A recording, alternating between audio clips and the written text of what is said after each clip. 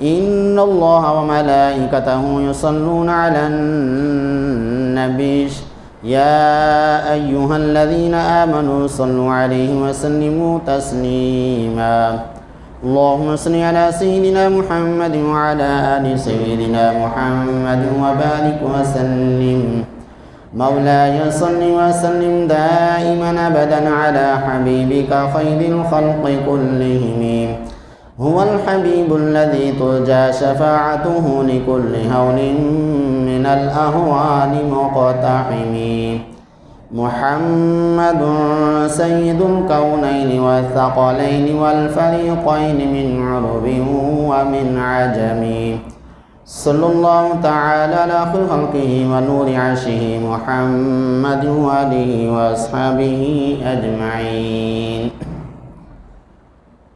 واجب الاحترام حاضرین و ناظرین و ناظرات، السلام علیکم ورحمۃ اللہ وبرکاتہ. آج کی میری گفتگو کا موضوع ہے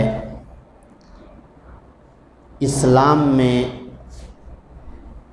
انسانی جان کی کیا اہمیت ہے.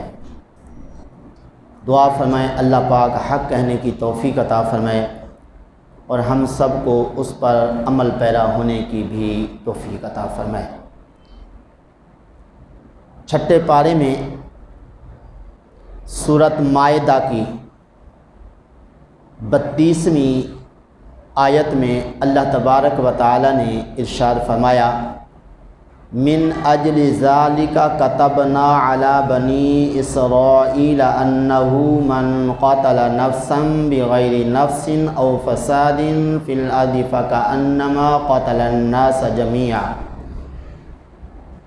قابیل کے حابیل کو قتل کرنے کی وجہ سے ہم نے بنی اسرائیل پر یہ فرض کیا ہے کہ جو شخص کوئی جان بغیر کسی جان کے بدلے کے یا زمین کے اندر فساد کے بغیر قتل کرے گا گویا اس نے سارے لوگوں کو قتل کر دیا. ومن احیاها فکأنما احیا الناس جميعا. جس نے اس جان کو زندہ رکھا اس نے تمام انسانوں کو زندہ رکھا. اس آیت مقدسہ میں اللہ تبارک و تعالی نے توجہ دلائی ہے کہ بنی اسرائیل پر ہم نے یہ فرض کر دیا کہ اگر کوئی بھی بنی اسرائیل میں سے بغیر کسی وجہ کے بغیر کسی قصور کے اور زمین کے اندر فساد کے بغیر کسی کو قتل کرے گا تو وہ ایسے ہے جیسے اس نے ساری انسانیت کو ختم کر دیا. اب یہاں پہ سوال یہ ہے کیا بنی اسرائیل سے پہلے جو لوگ تھے ان پر قتل کرنا حرام نہیں تھا اور قصاص کیا واجب نہیں تھا؟ یقینی طور پہ بنی اسرائیل سے پہلے لوگوں پر بھی قتل کرنا حرام تھا اور قصاص بھی ضروری تھا. تو پھر اس آیت کے اندر صرف بنی اسرائیل کا ذکر کیوں کیا گیا؟ اس کا جواب یہ ہے کہ بنی اسرائیل سے جو پہلے لوگ تھے ان کے انبیاء ان کو زبانی کلامی بتایا کرتے تھے کہ قتل کرنا حرام ہے اور قصاص لینا جو ہے وہ ضروری ہے. اور پھر بنی اسرائیل پر خاص طور پہ قتل کرنے کو حرام کیوں قرار دیا اور قصاص کو واجب کیوں قرار دیا؟ اس کی کئی وجوہات ہیں. اس کی ایک وجہ تو یہ ہے کہ یہ جو قتل ہوتا ہے یہ سخت دلی کی وجہ سے ہوتا ہے، دشمنی اور سرکشی کی وجہ سے قتل کیا جاتا ہے. یہ جو بنی اسرائیل کے جو لوگ تھے ان کے اندر دل کی سختی بھی اکمل طور پر تھی، یعنی بہت زیادہ تھی، سب سے بڑھ کر ان کے دل کے اندر سختی تھی اور سرکشی بھی تھی، عداوت بھی تھی۔ یہی وجہ ہے کہ جب تک ہمارے آقا کریم صلی اللہ علیہ وسلم اس دنیا میں تشریف نہیں لائے تھے، اس وقت تک آقا کریم صلی اللہ علیہ وسلم کا وسیلہ اللہ تعالیٰ کی بارگاہ میں پیش کر کے فتح حاصل کرتے تھے، جیسا کہ اللہ تعالیٰ نے پہلے پارے میں ارشاد فرمایا یستفتحون علی الذین کفروا، کہ یہ جو یہودی لوگ تھے یہ آقا کریم صلی اللہ علیہ وسلم کا اللہ کی بارگاہ میں وسیلہ پیش کر کے اپنی جنگوں میں، اپنی لڑائیوں کے اندر اللہ کی بارگاہ سے فتح حاصل کرنے کی گزارش کرتے تھے اور ان کو فتح مل بھی جاتی تھی۔ جب آقا کریم صلی اللہ علیہ وسلم آ گئے تو پھر انہوں نے آقا کریم صلی اللہ علیہ وسلم کا انکار کر دیا۔ تو یہ جو آقا کریم صلی اللہ علیہ وسلم کا انکار کیا یہ حسد کی وجہ سے تھا۔ آقا کریم صلی اللہ علیہ وسلم کا انکار کیا حسد کی وجہ سے کہ ان کے اندر حسد بھی کامل طور پہ تھا اور اسی طرح دل کی سختی جو ہے وہ بھی اکمل طور پر تھی۔ اسی لیے آقا کریم صلی اللہ علیہ وسلم کو دو موقعوں پر قتل کرنے کی انہوں نے سازش کی۔ ایک دفعہ تو مدینہ شریف کے اندر جب آقا کریم صلی اللہ علیہ وسلم بنو قینقاع کے پاس ایک مسلمان کی دیت وصول کرنے کے لیے تشریف لے گئے، وہاں پہ آپ صلی اللہ علیہ وسلم کا انہوں نے قتل کرنے کا منصوبہ بنایا ہوا تھا۔ اور اسی طرح ایک مرتبہ خیبر کے اندر جب آقا کریم صلی اللہ علیہ وسلم کو ایک بڑھیا یہودن نے زہر ملا کے گوشت جو ہے آقا کریم صلی اللہ علیہ وسلم کو کھلانے کی کوشش کی، تو اس طرح اس موقع پر بھی آپ کو قتل کرنے کا انہوں نے منصوبہ بنایا۔ تو اس طرح دو مرتبہ جو آپ صلی اللہ علیہ وسلم کو قتل کرنے کی سازش کی، یہ اسی حسد کی وجہ سے اور دل کی سختی کی وجہ سے۔ تو بہرحال میں عرض کر رہا تھا ان یہودیوں اور ان بنی اسرائیل کو خاص طور پہ اللہ تعالیٰ نے اپنی آسمانی کتاب کے اندر یہ حکم نازل کر کے اس طرف اشارہ کیا کہ پہلے لوگ جو ہے وہ بھی حاسد تھے اور ان کے دل کے اندر بھی سختی تھی، جو کافر مشرک تھے، لیکن جو بنی اسرائیل کے لوگ ہیں ان کے دل کے اندر ان سے بھی بڑھ کر سختی ہے، اور اس طرح ان کے اندر جو ہے حسد جو ہے وہ بھی سب سے بڑھ کر پایا جاتا ہے۔ تو اس لیے اب یہ جو حکم ہے کہ بنی اسرائیل میں سے اگر کوئی کسی کو قتل کرے تو وہ ایسے ہے جیسے پوری انسانیت کو اس نے قتل کر دیا۔ تو کیا یہ ہم امت محمدیہ کے لیے بھی حکم ہے کہ اگر ہم میں سے بھی کوئی کسی کو قتل کر دے تو اس پر کیا وہ پوری انسانیت کو ختم کر دے گا؟ پہلے تو سوال یہ ہے کہ ایک انسان کا قتل پوری انسانیت کو قتل کرنا یہ کیسے بنتا ہے؟ اس کا مطلب یہ ہے اگر کسی آدمی کو بغیر کسی وجہ کے قتل کر دے گا تو اس کو گناہ اتنا ملے گا جتنا کہ پوری انسانیت کو ختم کرنے کا ہے۔ اور اسی طرح اللہ تبارک و تعالیٰ کے ہاں پوری انسانیت کا ختم ہو جانا یہ آسان ہے، جرم کے لحاظ سے ایک انسان کا ظلماً قتل کرنا جو ہے یہ جو ہے بڑھ کر ہے۔ تو اس لیے اب ہم امت محمدیہ کے اندر بھی کوئی کسی کو ظلماً قتل کر دے تو وہ بھی ایسے ہی ہے جیسے پوری انسانیت کو ختم کر دیا۔ تو ذرا غور فرمائیے ہمارا دین اسلام کتنا امن کا جو ہے گہوارہ ہے اور کس طرح انسانی جان کی اہمیت جو ہے وہ ہمارا دین اسلام بتاتا ہے۔ تو اس لیے آج کل کے دور میں آپ دیکھ رہے ہیں فلسطین کے اندر کتنے لوگ جو ہے ذبح ہو رہے ہیں، آگ کے اندر جل رہے ہیں۔ تو اس طرح آج جو ان مسلمانوں کو قتل کیا جا رہا ہے، آگ کے اندر جلایا جا رہا ہے، بیت المقدس جو پہلا قبلہ ہے اس کے اندر بھی آپ نے دیکھا ماہ رمضان کے اندر تراویح پڑھنے کے دوران مسلمانوں پر حملہ کیا گیا، جس سے کئی مسلمان شہید ہوئے اور کئی جو ہیں زخمی ہوئے، اور فلسطین کے اندر بھی ظلم و ستم ہو رہا ہے۔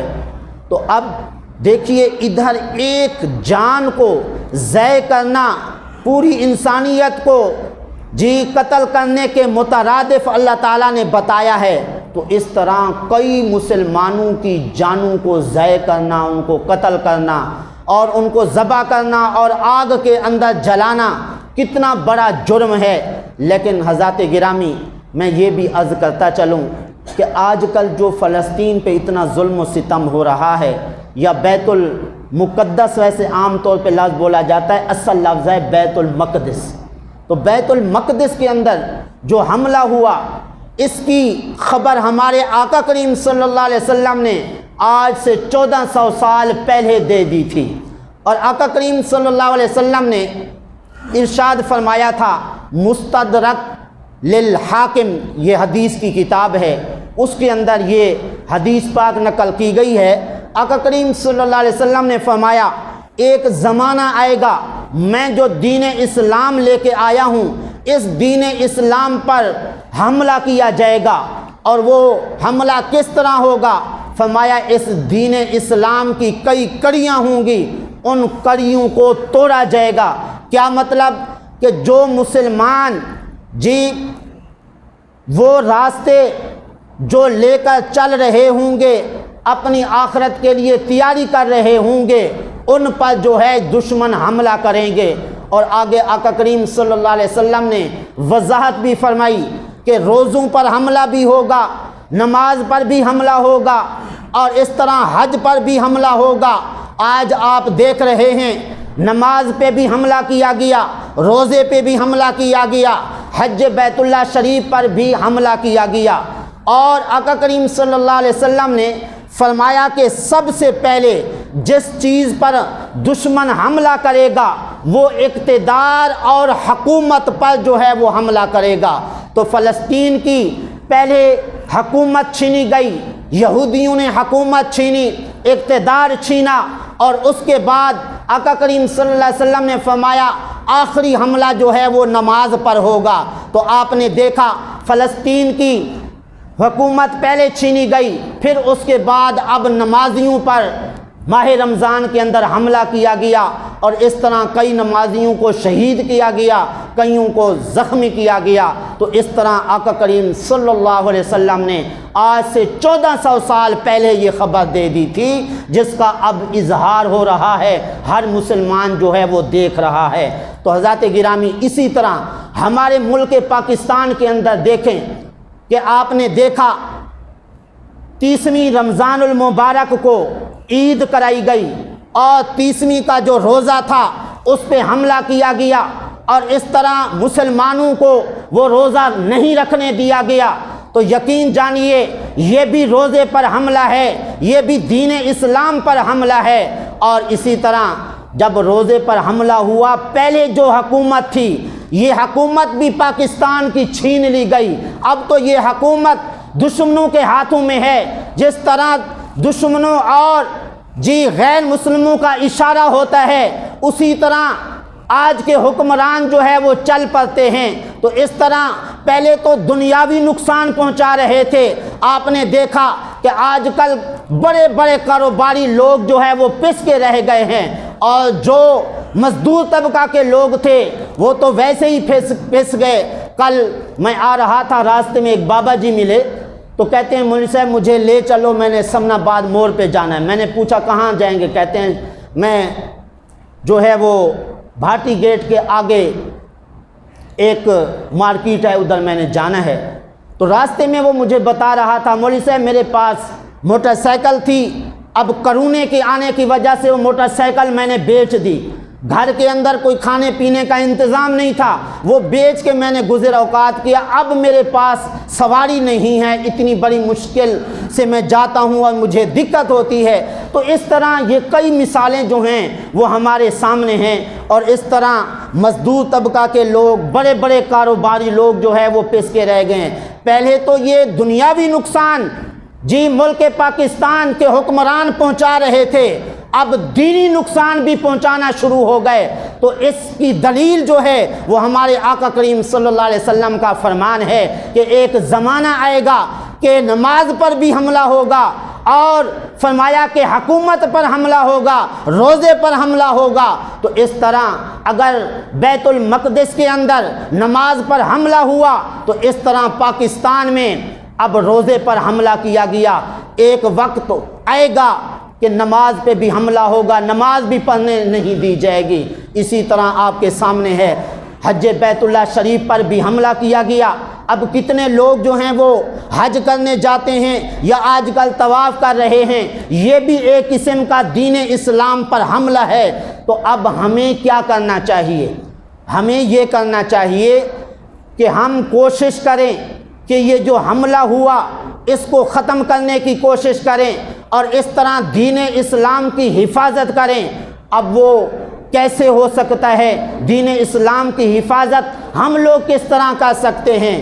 وہ اس طرح کہ جو ہماری حکومت ہے وہ جو ہے اعلان جہاد کرے، اور اس طرح جو ہے دین اسلام پر جو حملہ ہوا نماز کے لحاظ سے یا جو ہے حکومت کے لحاظ سے، اس طرح جو ہے فلسطین کی جو حکومت چھینی گئی اس کو واپس لیا جائے، اور اس طرح نمازوں پہ جو حملہ ہو رہا ہے یا حج بیت اللہ شریف پر حملہ ہو رہا ہے، نمازوں پہ حملہ ہو رہا ہے، تو اس طرح مسلمان مل کر جہاد کریں، اور اس جہاد کے ذریعے ہے جو دین اسلام جو ہے اس کی جو ہے حفاظت کی جائے۔ تو اس لیے جو آج کل لوگ بے روزگاری کی وجہ سے پس رہے ہیں، اس طرح بے روزگاری کی وجہ سے جو لوگ پس رہے ہیں، دین اسلام سے دور ہو رہے ہیں، خودکشی کر رہے ہیں، اپنے بچوں کو جی نہر کے اندر یا ویسے ذبح کر رہے ہیں، تو اس طرح ان لوگوں کو، ان مسلمانوں کو اپنے بچوں کو ذبح ہونے سے بچانا اور اس طرح کفر کی طرف جانے سے بچانا، یہ بھی جو ہے دین اسلام کی حفاظت ہے، اور اس طرح پوری انسانیت کو جو ہے وہ بچانا ہے۔ تو اس لیے حضرت حسن رضی اللہ تعالی عنہ سے پوچھا گیا، یہ جو بنی اسرائیل کے بارے میں کہا گیا کہ جو بھی قتل کرے گا کسی کو بغیر کسی وجہ کے تو وہ ایسے ہے جیسے پوری انسانیت کو اس نے ختم کر دیا، کیا امت محمدیہ کے لیے بھی یہی حکم ہے؟ انہوں نے کہا ہاں، ہم امت محمدیہ کے لیے بھی یہی حکم ہے، اس لیے بنی اسرائیل کی جو جانیں ہیں ان سے بڑھ کر ہم امت محمدیہ کی جانیں قیمتی ہیں۔ تو اس لیے حضرات گرامی، ہم امت محمدیہ کی جانیں جو ہیں وہ بہت ہی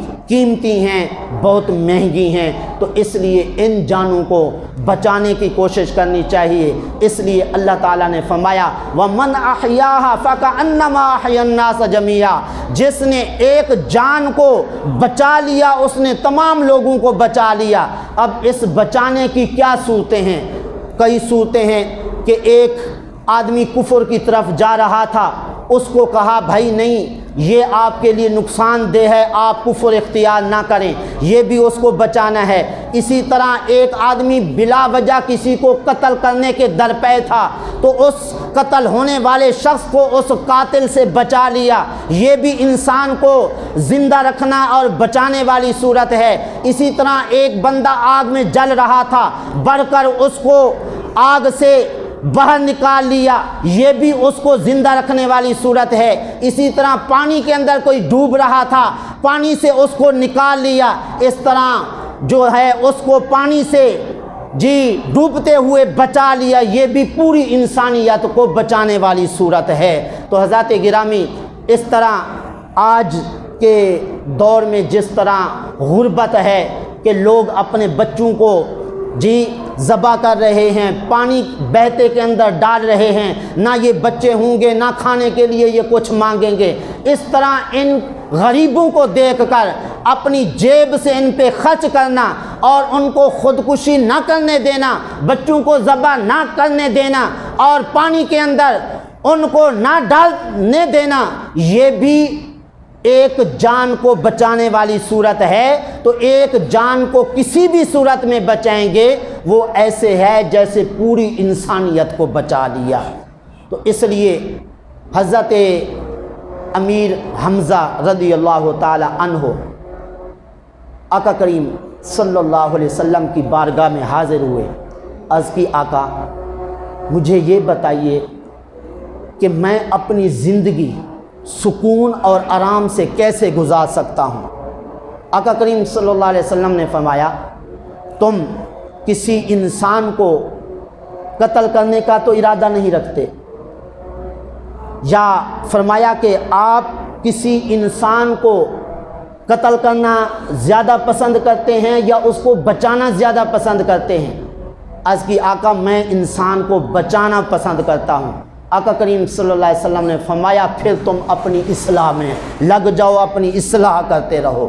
تو اس طرح ایک جان کو بچانا جو ہے، الحمدللہ ہم لوگ یہی پسند کرتے ہیں کہ کوئی انسان کسی صورت میں قتل نہ ہو، خودکشی نہ کرے، اس کی جان ضائع نہ ہو۔ تو اس طرح ساتھ ساتھ اپنی اصلاح بھی کرتے رہیں، تو اس صورت میں ہم اپنی زندگی جو ہے وہ سکون کے ساتھ گزار سکتے ہیں۔ تو اس طرح جو غریبوں کا خیال رکھتے ہیں اور مسکینوں کا خیال رکھتے ہیں، اپنا مال بچوں پہ اور غریبوں مسکینوں پہ خرچ کرتے رہتے ہیں، ان کو سکون ہی سکون زندگی کے اندر ملتا ہے۔ تو اسی طرح اللہ تعالیٰ نے ارشاد فرمایا انما جزاء الذین یحاربون اللہ ورسولہ ویسعون فی الارض فسادا، کہ وہ لوگ جو اللہ اور اس کے رسول سے جنگ کرتے ہیں، اللہ رسول سے لڑتے ہیں یا زمین کے اندر فساد پھیلانے کی کوشش کرتے ہیں، فرمایا ان یقتلوا او یصلبوا، انہیں یا تو قتل کر دیا جائے، انہیں سولی پہ لٹکایا جائے، او تقطع ایدیہم وارجلہم من خلاف، یا ان کے ہاتھ پاؤں کاٹ دیے جائیں، اور فرمایا کہ یا جو ہے او ینفوا من الارض، ان کو قید کر دیا جائے۔ ٹھیک ہے، اس کا کیا مطلب ہے؟ اس کا مطلب یہ ہے کہ جو شخص اللہ رسول کی نافرمانی کرے، شراب پیے یا کسی کو پلائے، اور اسی طرح زنا کاری کرے اور کفر اختیار کرے اور ناحق کسی کو قتل کرے، تو اس صورت میں کیا ہوگا اس کے بارے میں بتایا گیا، یا تو اسے قتل کر دیا جائے، یا سولی پہ لٹکایا جائے، یا ہاتھ پاؤں کاٹ دیے جائیں، یا اسے قید کر دیا جائے۔ اس کی تفسیر کچھ اس طرح ہے کہ کوئی آدمی اگر کسی سے کوئی چیز لوٹ لے، یعنی کہ ڈکیتی کر لے، ایک ہوتی ہے چوری، ایک ہوتی ہے ڈکیتی۔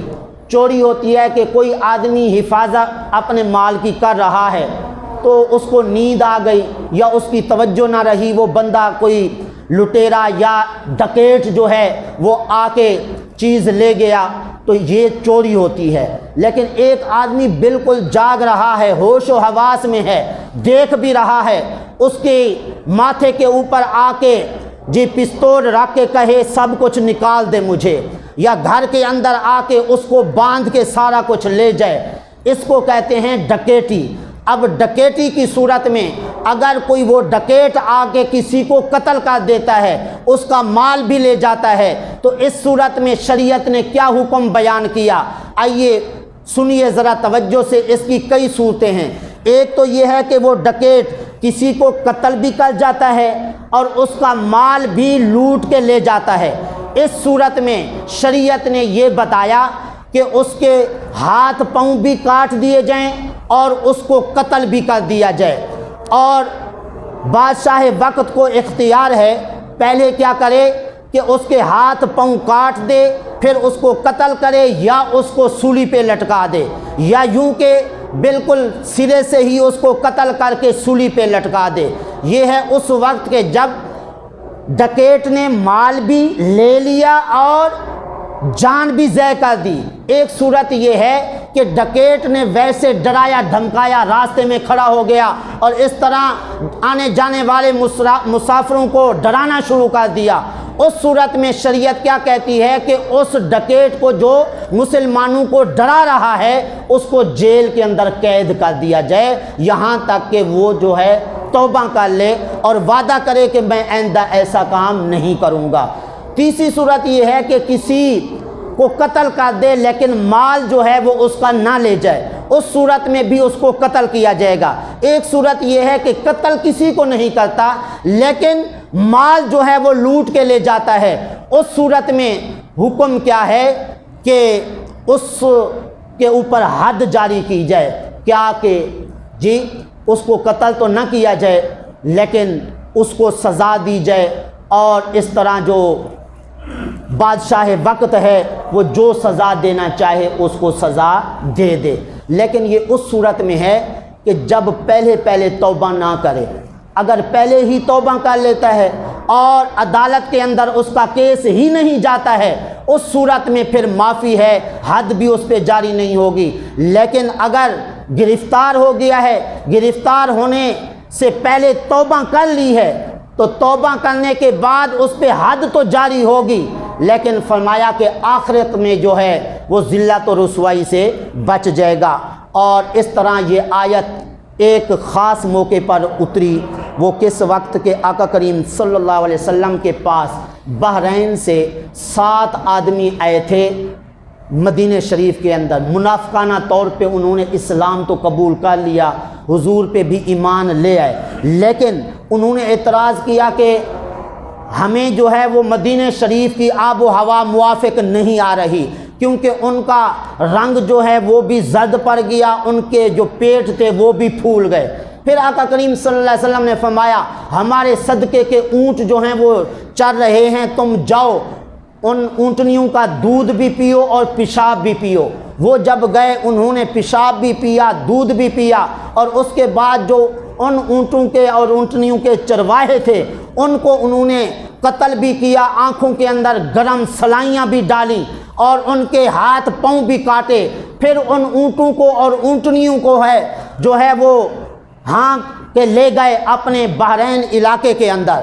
تو آقا کریم صلی اللہ علیہ وسلم کو پتہ چلا، آقا کریم صلی اللہ علیہ وسلم نے 40 آدمی ان کے پیچھے بھیجے، انصاری لوگ تھے، 40 نہیں 20 آدمی۔ ایک جو ہے ایسا آدمی تھا جس کو پتہ چلتا تھا کہ کون یہاں سے گزر گیا ہے جی، تو اس کو جی آقا کریم صلی اللہ علیہ وسلم نے ان کے ساتھ بھیجا، تو وہ ان 20 آدمیوں کو بتاتا جا رہا تھا کہ یہ راستہ جو ہے وہ لے کے یہ لوگ گئے ہیں اور یہ اونٹ اور اونٹنیاں لے کے گئے ہیں۔ تو اس طرح وہ 20 آدمیوں کا قافلہ ان کو تلاش کرتے کرتے ان تک پہنچ گیا۔ وہ بحرین میں پہنچنے والے تھے، اپنی قوم میں پہنچنے والے تھے، انہوں نے جا کے پکڑ لیا اور ان 7 آدمیوں کو جو ہے وہ واپس لے آئے۔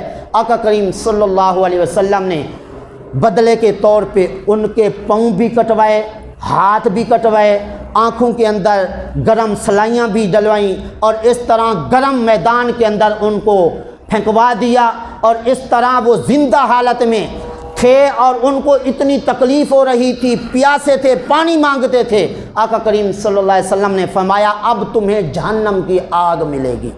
تو اس طرح وہ تڑپتے تڑپتے جو ہے وہ مر گئے۔ تو اس پر یہ آیت اتاری گئی اور اس طرح بتایا گیا کہ جو بھی کسی مسلمان کو قتل کرے اور جس طرح قتل کرے تو اسے بھی قتل کر دیا جائے۔ تو بہرحال آج کے درس سے ہمیں یہ سبق ملا کہ کسی جان کو بغیر کسی وجہ کے قتل نہیں کرنا ہے۔ کون سی وجہ ہیں جن کے بنا پر جو ہے مسلمان کو قتل کیا جا سکتا ہے؟ وہ ہیں 5 وجہ۔ میں مختصراً عرض کر دیتا ہوں۔ ایک تو یہ کہ کسی نے اگر بغیر کسی عذر کے، بغیر کسی قصاص کے کسی کو قتل کر دیا، اس پہ قصاص کے طور پہ اس کو قتل کیا جائے گا۔ نمبر دو کہ کافر جو ہے کسی مسلمان سے جنگ کرنے لگا تو اس کو قتل کرنا بھی جائز ہے۔ اور نمبر تین جو اسلام سے خارج ہو گیا، مرتد ہو گیا، اس کو بھی قتل کرنا جو ہے وہ جائز ہے۔ اسی طرح شادی شدہ آدمی زنا کرے تو اس کو بھی شرعی طور پہ قتل کرنا جو ہے وہ جائز ہے، اور بادشاہ وقت جو ہے وہ زنا کی حد جاری کرے گا، اس طرح پتھر مار مار کے اس کو قتل کروا دے گا، رجم کروا دے گا، تو یہ بھی کیا ہے؟